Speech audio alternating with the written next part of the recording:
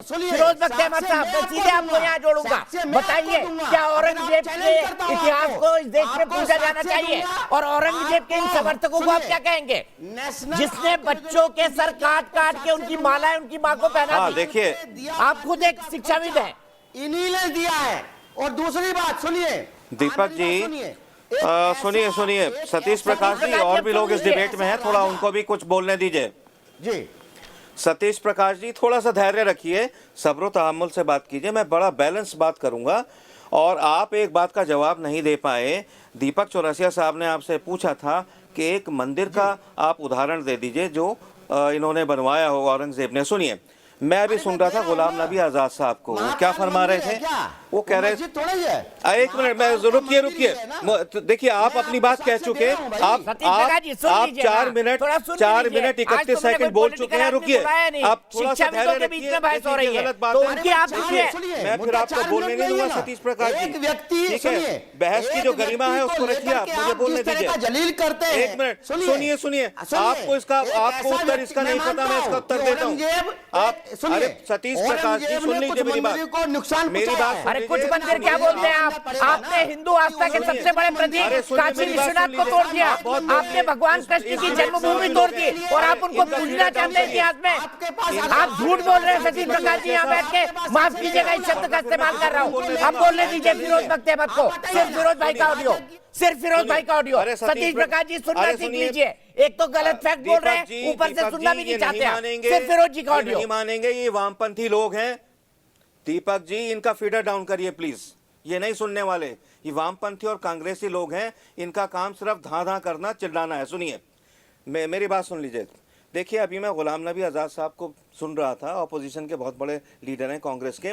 उन्होंने भाजपा पे एक इल्ज़ाम लगाया कि तारीख को बदलने के लिए भाजपा कैसे भी इसको मोल्ड कर लेती है। मैं बबांगे दहल गुलाम नबी आज़ाद आपको कहना चाहता हूँ, बड़ी आपकी मैं इज्जत और एहतराम करता हूँ, कि ये कांग्रेस है जो वोट बैंक की सियासत को सामने रखकर तारीख को बदल देती है। और ये वामपंथी हैं जिन्होंने तारीख की उल्टी सीधी बातें बच्चों को पढ़ाई हैं। उससे क्या है, बच्चे जो हैं हिंदू मुस्लिम में बंट गए हैं। तारीख जो फैक्ट है उसको उसी तरह से पढ़ाना चाहिए। और एक बात मैं और कह दूं कि एक मंदिर, सुनिए, ये मैं आपको शायद कई लोगों को ये बात अजीब सी लगे या उसको हजम ना कर पाए। एक मंदिर ज़रूर बनवाया था औरंगज़ेब ने चांदनी चौक में, जो गौरी शंकर मंदिर है पुरानी दिल्ली में, वो अप्पा गंगाधर मंदिर कहलाता है। और जो अप्पा गंगाधर थे वो औरंगज़ेब के मराठा जनरल थे। औरंगज़ेब के सबसे ट्रस्टवर्दी जो जनरल थे वो एक मराठा थे।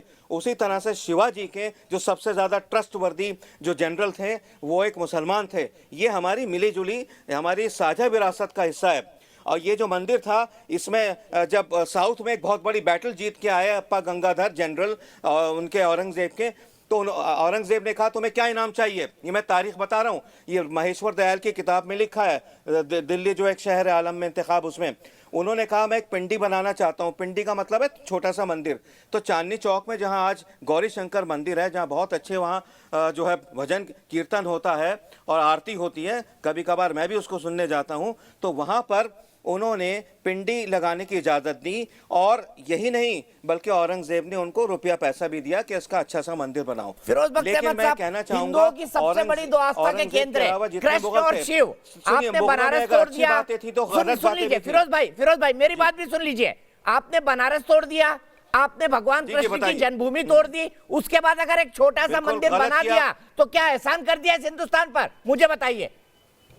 और मुझे नहीं पता आप कहां का फैक्ट पढ़ के बता रहे हैं। मैंने आज तक कभी ये फैक्ट नहीं पढ़ा। औरंगज़ेब ने, सुन लीजिए दीपक भाई, सुन लीजिए, एक और गलत काम किया। गुरु गोविंद सिंह को, गुरु तेग बहादुर का जो उन्होंने वध किया, हमेशा के लिए मुसलमानों को, हिंदू भाइयों सिख भाइयों के लिए उन्होंने ये समझिए कि एक ऐसा क्वेश्चन मार्क लगा दिया। ये सारे काम औरंगज़ेब को नहीं करने चाहिए थे। ठीक है, ये जो उन्होंने पॉलिटिकली जो उन्होंने ये सब काम किए, इससे मुस्लिम समाज के ऊपर अब तक धब्बा लगा हुआ है, आगे भी लगा रहेगा। कोशिश ये की जा रही है। मुझे समझ नहीं आ रहा फिरोज भाई, आप औरंगजेब को इंडियन मुस्लिम कैसे मान सकते हैं?